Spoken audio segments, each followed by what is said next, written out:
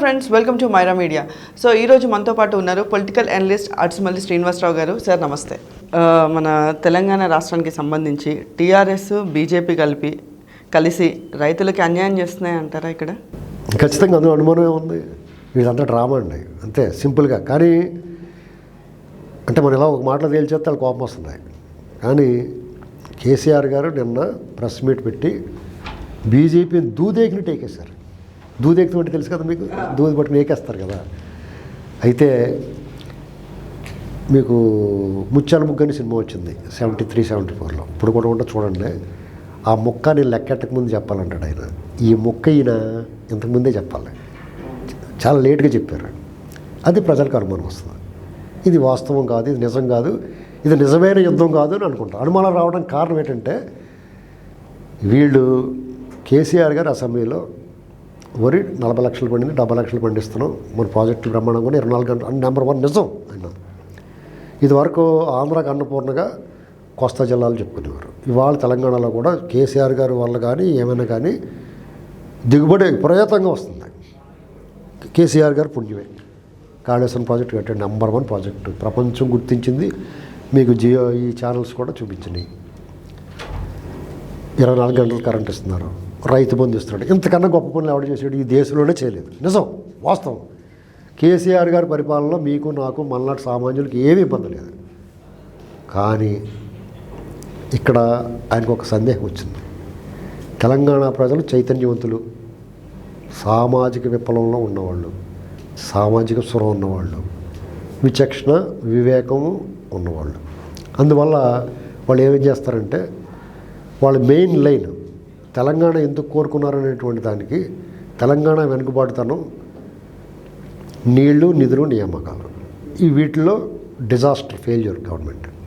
నీళ్లు వరకు ఇచ్చింది బాగానే ఇచ్చాడు అనుకున్నప్పుడు ఆ పండించిన వరకు మేము కొనమంటున్నారు, అమ్మొద్దు అంటున్నారు, పండించొద్దు అంటున్నారు. కాబట్టి అది కూడా ఫెయిల్ అయిపోయినట్టు. ఇది దీంతో పాటుగా తెలంగాణ ప్రజలు ఆలోచించేది ఏంటంటే దశాబ్దాల కల తెలంగాణ నెరవేరింది. నెరవేరినప్పుడు తెలంగాణ తెచ్చిన ఆయన మహానుభావుడు తెలంగాణ గాంధీ మన కేసీఆర్ గారికి ఓట్లు వేశారు. 10 ఏళ్ళు పరిపాలించే అవకాశం ఇచ్చారు. ఇక మంచి చెట్లు పక్కన పెట్టండి, బాగా పరిపాలించడా లేదా అనేటువంటి పక్కన పెట్టండి. ఇక మరి తెలంగాణ ఇచ్చిన వాళ్ళు ఉన్నారు కదా, వాళ్ళ దశాబ్దాల కళ నెరవేరింది. కాబట్టి ఈసారి ఇచ్చిన వాళ్ళకి ఒక 10 ఏళ్ళు అవకాశం ఇవ్వాలి, లేకపోతే ఒక 5 ఏళ్ళు కనీసం ఒకసారి అవకాశం ఇవ్వాలి. ఇది వాళ్ళు డిసైడ్ అయ్యారు. ఇది మీరు ఎలా చెప్తున్నారంటారు? యాస్, నేను పబ్లిక్, నా మనసులో అదే ఉంది. నాలాగా 1 కోటి మంది ఆలోచించవచ్చు. నాకు తెలిసిన వాళ్ళు 300 మంది అదే మాట చెప్పారు.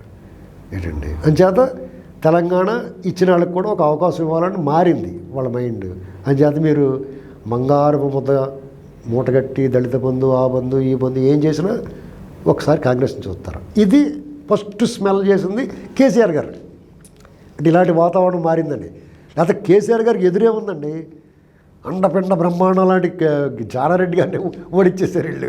ఏంటండి అటువంటి ఆయన ఎవరో ఉత్తమరెడ్డి గారు ఆ మిసెస్ వాళ్ళందరూ ఓడించిన వాళ్ళకి వీళ్ళకి భయమే ఉంది. అయినా సరే ఒక వాతావరణం మారింది. ఇట్టి పరిస్థితుల్లో తెలంగాణలో మార్పు కనిపిస్తుంది. అప్పుడు కాంగ్రెస్ ఎవరికి అడ్డం? కేంద్రంలో మోడీ గారికి అడ్డం, ఇక్కడ కేసీఆర్ గారికి అడ్డం. ఈ కాంగ్రెస్ అనేటువంటిది ఉండకూడదంటే యాక్షన్ స్టార్ట్ అని కొత్త డ్రామా మొదలెట్టారు. నువ్వు నేను దెబ్బలాడుకోవాలి, నాకు నువ్వు ప్రత్యర్థి, నీకు నేను ప్రత్యర్థి అనేటువంటిది ఇదివరకు గ్రేటర్ ఎన్నికలప్పుడు, దుబ్బాక ఎన్నికలప్పుడు జరిగిన డ్రామాను మళ్ళీ ఇంకొకసారి ప్లే చేయాలన్నారు. అప్పుడు ఒక డ్రామా ప్లే చేశారు, బ్రహ్మాండంగా పండింది. తర్వాత మళ్ళీ తుస్సుమనిపోయింది. ఎందుకంటే ఢిల్లీ వాళ్ళకి తప్పదీన కొన్ని మాట్లాడాలి, మేము బాగా తిడతారని మీరు ఏమనుకోకూడదు అని చెప్తారు. వాళ్ళు కూడా గో హెడ్ అంటారు. ఇలాంటివన్నీ ఉంటాయి కొన్ని.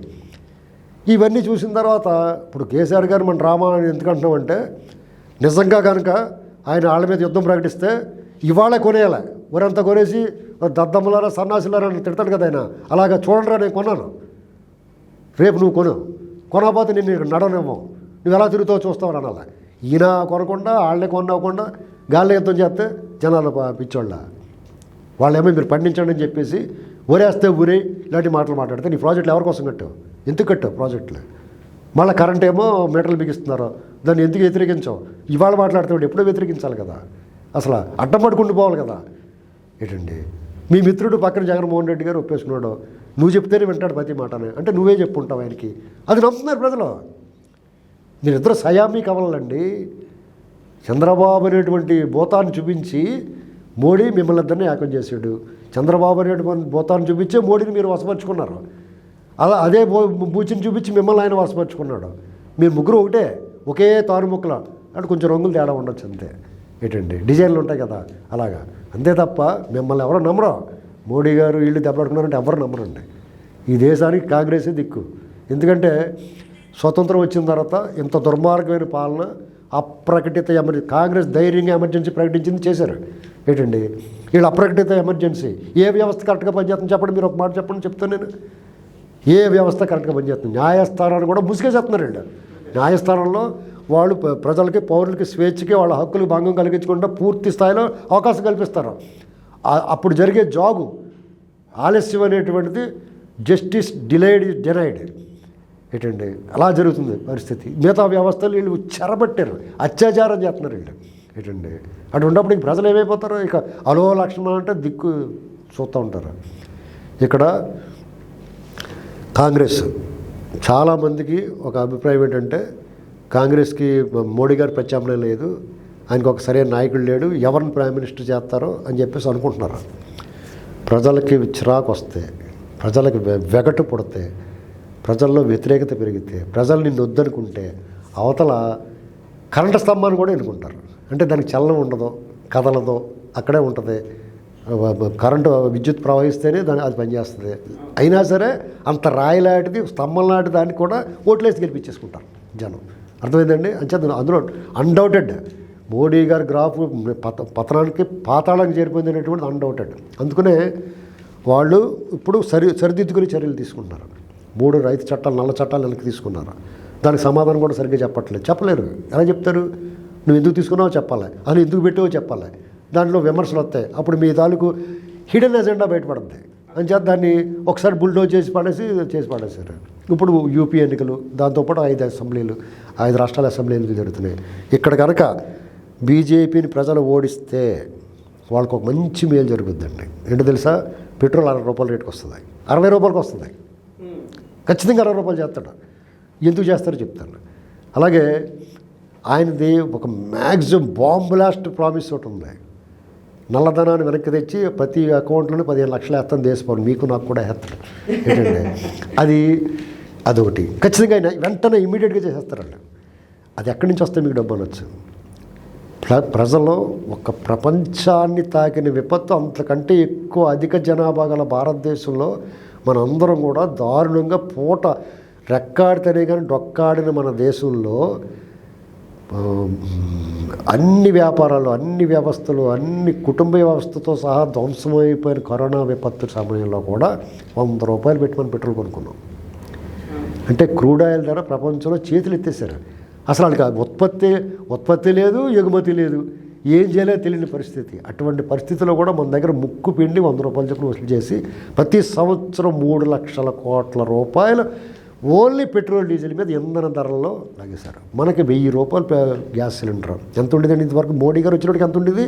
240 రూపాయలు మనకి సబ్సిడీ పడేది, 540 రూపాయలు గ్యాస్ సిలిండర్ ఉండేది. ఇవాళ ఎంత కొంటున్నాం? మనకి సబ్సిడీ ఎంత పడుతుంది? 13 రూపాయలు, 12 రూపాయలు 40 పైసలు అలా పడుతుంది. అంటే ఈ డబ్బు అంతా ఏమైపోయింది? ఇది అంతా పోగేసి పెట్టారు. ఇది ఇలాంటి అంత సాఫీగా జరిగిపోయింది అనుకోండి, మేమిద్దరం మాకిద్దరం ఉన్నారు కదా, వాళ్ళిద్దరికి ఇచ్చేస్తారు. అది అంటే వాళ్ళు రకరకాల రాయితీల రూపంలో ఇచ్చేస్తారు వాళ్ళకి. ఇప్పుడు అది కుదరదు. ఇప్పుడు వాడాలి తప్పదు. మీరు ఏమనుకోకుండా బాబు కొంచెం మళ్ళీ రావాలి కదా, ఇది వాడదామని చెప్పేసి యూపీలో ఓడిస్తే చాలు. మనం యూపీ ప్రజలు, ఈ దేశ ప్రజలు 5 రాష్ట్రాల అసెంబ్లీ ఎన్నికల్లో బీజేపీని ఓడిస్తే కనుక ఖచ్చితంగా ప్రజలకు బెనిఫిట్ జరుగుతుంది. ఏంటంటే తాత్కాలికంగానే ఉండి, కొన్నాళ్ళుగానే ఉండి ఖచ్చితంగా బెనిఫిట్ ఏమొస్తుందంటే పెట్రోల్, ఇంధన ధరలు తగ్గుతాయి, నిత్యావసర ధరలు తగ్గుతాయి. ఈ వరి గినం ఇలాంటి మాటలన్నీ పోతే కొంటారు. అన్ని రాష్ట్రాల ప్రజలతో సఖ్యతగా ఉంటారు, ప్రజల గురించి ఆలోచిస్తారు. లేదు ఓవైసీ గారిని అడ్డం పెట్టుకుని లేకపోతే రకరకాల విన్యాసాలు చేసి ప్రశాంత్ కిషోర్ లాంటి పనికిమాలిన వ్యూహాలు వేసి ప్రజల మధ్య గోడలు కట్టి గెలిపిద్దాం, కులానికి మతానికి లోపడదాం, మళ్ళీ వాళ్ళనే గెలిపిద్దాం అని అనుకుని ఇటువంటి ప్రలోభాలకు లోపడితే కనుక ఈ దేశం మళ్ళీ వెనక్కి శరవేగంగా పరిగెడుతుంది. ఓడిస్తే కనుక మీకు నాకు కూడా 15 లక్షల అకౌంట్లు వేస్తాడైనా, పెట్రోల్ ధరలు తగ్గుతాయి. అంచేత ఒక్కసారి హెచ్చరికగా మొన్న ఈ మధ్యకాలంలో జరిగిన అసెంబ్లీ ఎన్నికల్లో ఒక హెచ్చరిక పంపించారు. తుఫానులో మొదటి ప్రమాద హెచ్చరిక, రెండో ప్రమాద హెచ్చరిక కొంచెం తీవ్రంగా రెడ్ అలర్ట్ ప్రకటించండి, వాళ్ళు ఓడిస్తే మనకు బెనిఫిట్ జరుగుద్ది ఖచ్చితంగా. అప్పుడు ఆయన కొంచెం ప్రజల్లోకి వస్తాడు, ప్రజలకు వచ్చి ప్రజల గురించి ఆలోచిస్తాడు. ఆంధ్రప్రదేశ్ లాంటి అనాథైపోయిన రాష్ట్రానికి వాళ్ళు ఈ భారతదేశంలోనే ఆంధ్రప్రదేశ్ లేదనుకున్నట్టు భావిస్తున్న కేంద్ర ప్రభుత్వానికి ఒక హెచ్చరిక పంపించవచ్చు. ఆంధ్రప్రదేశ్ లాగా విధ్వంసమైపోయి సర్వనాశనం అయిపోవడం కారణం బీజేపీ ప్రభుత్వమే. ఇది ఎందుకంటే వాళ్ళ చేతిలో ఉంది. ఇంత దుర్మార్గం చేతనం రాష్ట్రం వేరు, కేంద్రం వేరు. రాష్ట్ర ప్రభుత్వానికి కొన్ని అధికారాలు ఉంటాయి, కేంద్ర ప్రభుత్వానికి కొన్ని అధికారాలు ఉంటాయి. అయితే రాష్ట్రాల్లో జోక్యం చేసుకోకూడదు, నిజమే. వాళ్ళు సంకనాకి ఇచ్చేత దుర్మార్గంగా వ్యవహరిస్తున్నా కానీ కల చేసుకోరా ఏంటండి? ఇంత డిజాస్టర్ మేనేజ్మెంట్, ప్రజలు ఇంత ఆహాకారాలు అలోకాలం చేస్తే వీళ్ళు దేశ ప్రజలు కదా, ఈ దేశ పౌరులు కదా, వీళ్ళకి హక్కులు లేవా ఏంటండి? వాళ్ళు కల చేసుకోవాలి కదా. వాళ్ళు కల చేసుకోకుండా వదిలేసి నీ ఇష్టమైనట్టు చేసుకోమని తిరిగి మళ్ళీ ఏమన్నట్టు సిగ్గు శరం మానవ మర్యాద వదిలేసి మేము ప్రభుత్వంలోకి వస్తాం, మేము అధికారంలోకి వస్తాం. ఎలాగొస్తారు అంటే ప్రజల ఓట్లు లేకుండా మీరు ఈవీఎంలతో ఆర్మనీ బెట్లు కొట్టినట్టు కొట్టేసుకుంటారా? లేకపోతే తిరుపతి ఉప ఎన్నికల్లో మీ మిత్రుడు, మీ రహస్య స్నేహితుడు చేసిన వ్యవహారం చేస్తారా? చెప్పాలి వివరం ప్రజలకే. మేము అలాగే చేస్తాం. ఇప్పుడు మీకు ఏదో సినిమాలో అంటాడు వెంకటేష్, నేను అంతే పింకి అంటాడు, నువ్వు నాకు నచ్చే సినిమాలో. అలాగే మేము అంతే, మేము ఇలాగే చేస్తాం, మేము దొంగోట్లు వేసుకుంటాం, ప్రజల మధ్య విభేదాలు సృష్టిస్తాం, ప్రాంతాల మధ్య చిచ్చు పెడతాం, మత విద్వేషం రగిలిస్తాం, వాట్సాప్ యూనివర్సిటీ ద్వారా మిమ్మల్ని నలిపేస్తాం, ప్రశాంత్ కిషోర్ లాంటి పనికిమాల సన్నాసులు బోళ్ళ మంది ఉన్నారు మా వెనకాల అని చెప్పేసి గెలుస్తామని చెప్పాలి, ధైర్యంగా చెప్పాలి.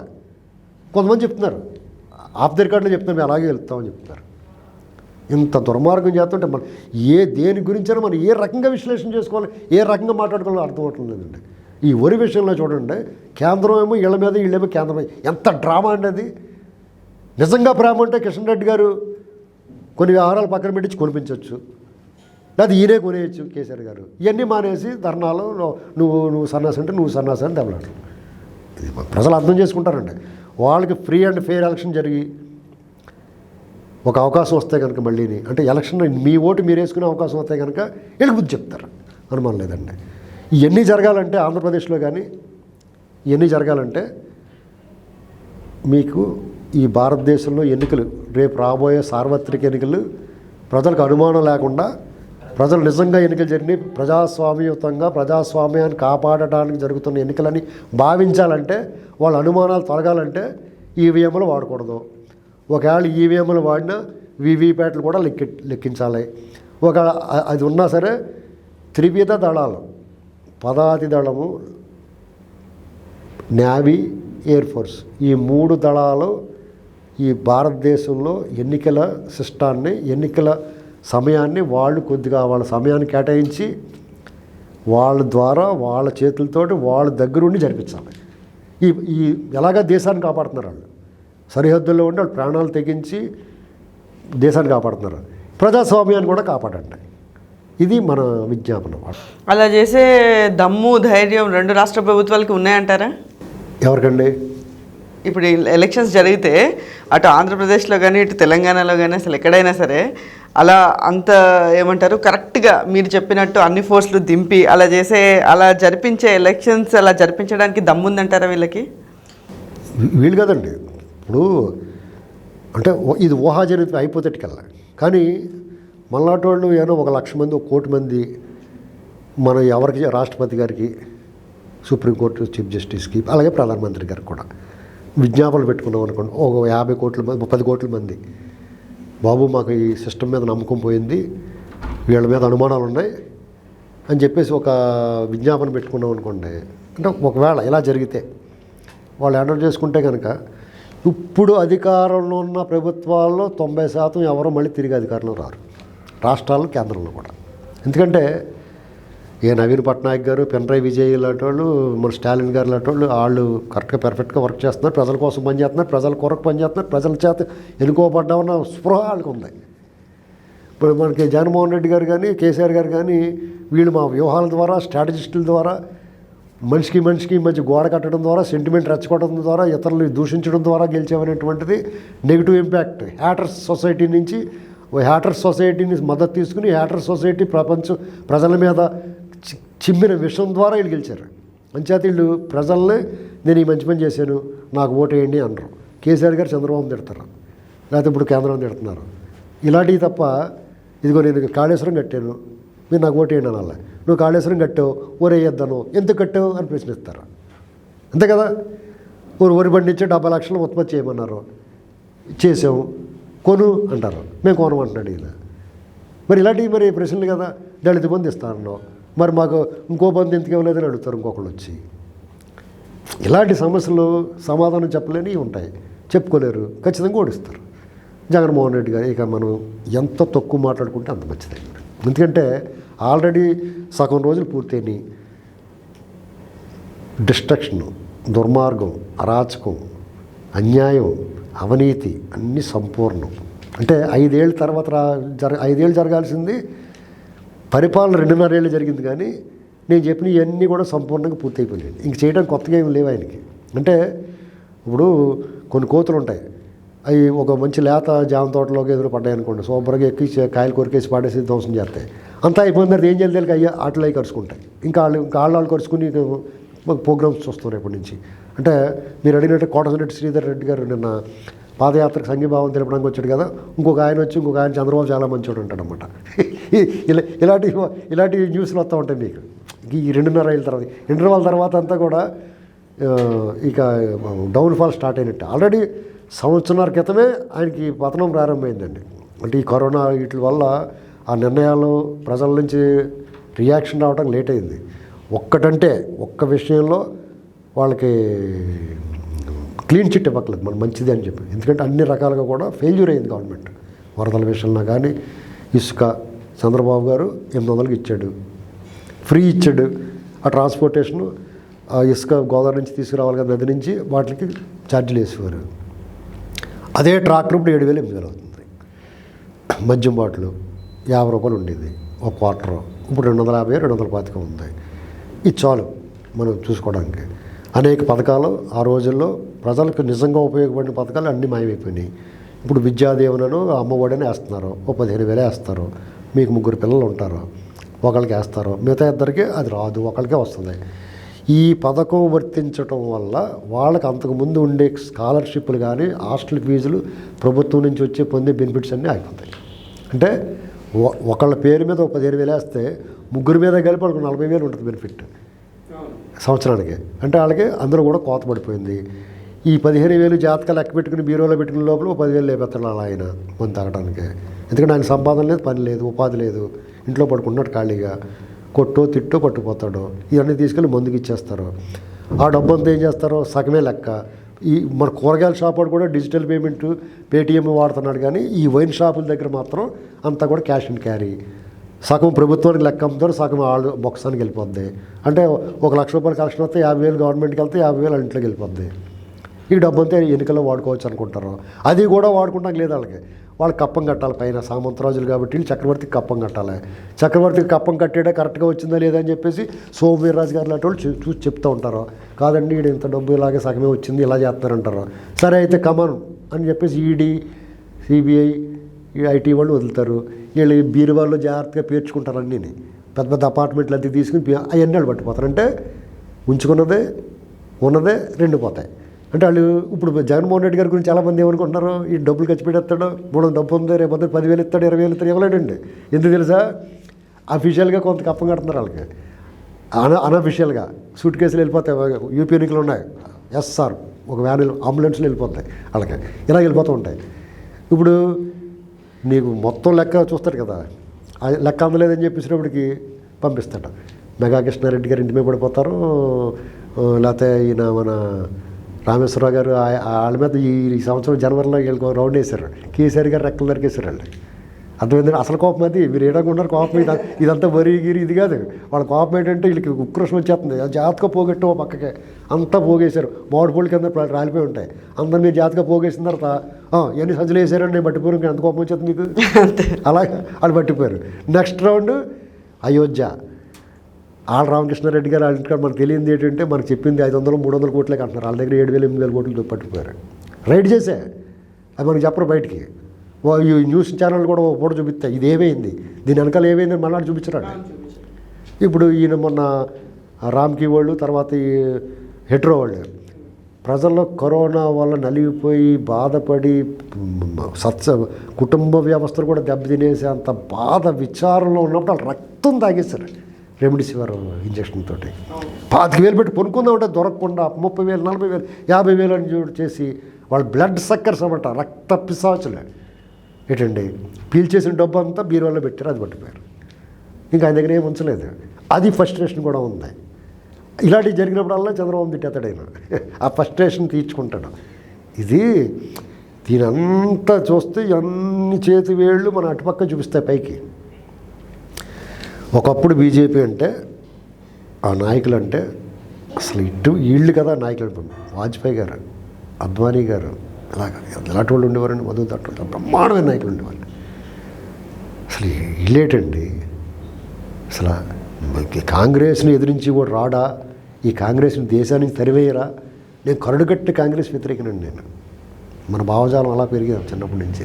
వీళ్ళు ఎలా వదిలిస్తారా బాబు, వీళ్ళు ఎదిరించలేడు ఎవడన్నా, ఎప్పుడు ఓడిపోవడం. ఆ చిన్నప్పటి నుంచి చూస్తున్నాను కాంగ్రెస్ వ్యతిరేకంగా ఎవరినో ఓడిపోవడం. ఎన్టీ రామారావు వచ్చేదాకా కాంగ్రెస్కి వ్యతిరేకంగా ఎవరు నిలబడలేకపోయారు. అటువంటిది బీజేపీ వాళ్ళు వచ్చిన తర్వాత కాంగ్రెస్ విలువ తెలుస్తుంది. ఇందిరాగాంధీ ఎమర్జెన్సీ పెట్టినా ఇంత దుర్మార్గం చేయలేదు. వాళ్ళు అరాచకాలు చేశారు, అవినీతి ఉంటుంది. ఏ రాజకీయ నాయకుడు అన్న తర్వాత అవినీతి అరాచకం లేకుండా ఉండదండి. కానీ అది ప్రజలకు వెరిచి ప్రజలకి గుట్టుగా లోపల ఎక్కడో చిన్న ప్రాంతంలో ఒక మూల ఎక్కడో చేసేవారు. ఇవాళ వీళ్ళు మిర్జాపూర్ సిరీస్ చూపిస్తున్నారు మనకి. మిర్జాపూర్ సిరీస్ వచ్చింది. అందరూ పచ్చి బూతులు మాట్లాడతారో, కాల్పులు చేస్తారో, తెగబడతారో, దాడులు చేస్తారో, దుర్మార్గాలు చేస్తారో. అంతకు మించి ఏముందండి అంటే యాక్చువల్గా truth is stranger than fiction. అంటే ఈ మిర్జాపూర్ అనేది కల్పిత గాథ. కానీ అంతకన్నా నిజంగా జరుగుతున్నాయి కదా ఇక్కడ. ఆడు ఏం చేశాడు, లఖింపూర్లో ఏం చేశారు, ఒక మంత్రి కొడుకు ఆ రైతుల మీద ఎక్కించి వెళ్ళిపోయాడు జీపు. అందులో ఇంకా కాల్చి పాడేసరికి కొంతమంది ఇబ్బంది పెట్టారు వాళ్ళు. అంటే ఇది డైరెక్ట్ దానికన్నా దారుణంగా ఉంది కదా ఇది. మనం ఒక వెబ్ సిరీస్లోనో సినిమాలోనో చూసిన దానికంటే కూడా, ఒక కల్పిత గాథలో చదివిన దానికంటే కూడా వాస్తవం ఎంత దుర్మార్గంగా మనకి కళ్ళ ముందు కనిపిస్తుంది. ఇది ఎన్ని తలుచుకుంటుంటే మేము మీకు మీ ముందు తరాలకి మీ తర్వాత తరాలకి మేము వారధులు ఉన్నాయి. అంటే మాకు 70లో ఏం జరిగిందో చూసాము, ఇప్పుడు 90లో ఏం జరిగిందో చూసాము, రేపు 2021 ఏం జరుగుతుందో చూస్తున్నాం. మాకు ఒక రకమైన భయం వచ్చేస్తుంది. మన తర్వాత తరం ఏమైపోతారు, బిచ్చగాళ్ళుగా మారిపోతారా, ఏమైపోతారు వీళ్ళంతానే. ఇది మళ్ళీ ఫ్యాసిస్ట్ తరాలో ఇది మళ్ళీ ఈ దేశం ఒక అప్రకటిత ఎమర్జెన్సీ కంటిన్యూ అయిపోయి బానిస బతుకులు బతకాల్సి వస్తుందా. ఇదివరకు బ్రిటిష్ ఇండియా ఉండేది. బ్రిటిష్ ఇండియాలో కూడా మన దేశ పౌరుల్ని వాళ్ళ సింహాసనాన్ని, వాళ్ళ కిరీటాన్ని గౌరవిస్తే మనల్ని చాలా గౌరవంగా చూసేవారు. వాళ్ళు మీరు చెట్లు కొట్టుకోవచ్చును కానీ సుంకములు చెల్లించాలి అన్నారు. మనకు అభ్యంతరం ఉంది. ఇది మేము మా రాజ్యం, మా దేశం, మా చెట్లు మేము కొట్టుకుంటామని మన వాళ్ళు తిరగబడ్డారు. ఇప్పుడు వాళ్ళు ఏమంటున్నారు, మీరు పెట్రోల్ కొట్టించుకోవచ్చును, 40 రూపాయలు ట్యాక్స్ మాకు కట్టాలి, 20 రూపాయలు మీ ఓడికి కట్టుకోవాలి అన్నారు. కానీ మనం ఎవడన్నా మాట్లాడుతున్నామా, ఇది మా దేశం, మేమందరం పన్నులు కడుతున్నాం, కానీ ఈ ఎంత అన్యాయం ఏంటని ఎవడన్నా ప్రశ్నిస్తున్నాడా? అంటే 1940 ముందు స్వతంత్రం రాకముందు ఉన్న మనుషులు వాళ్ళు కదా అసలైన పౌరులు. బ్రిటిష్ వాళ్ళు అంతా వెసులుబాటు ఇచ్చినా స్వల్పంగా సుంకం చెల్లించమన్నా కానీ చెల్లించడానికి ఇష్టపడలేదు మన భారతీయుడు.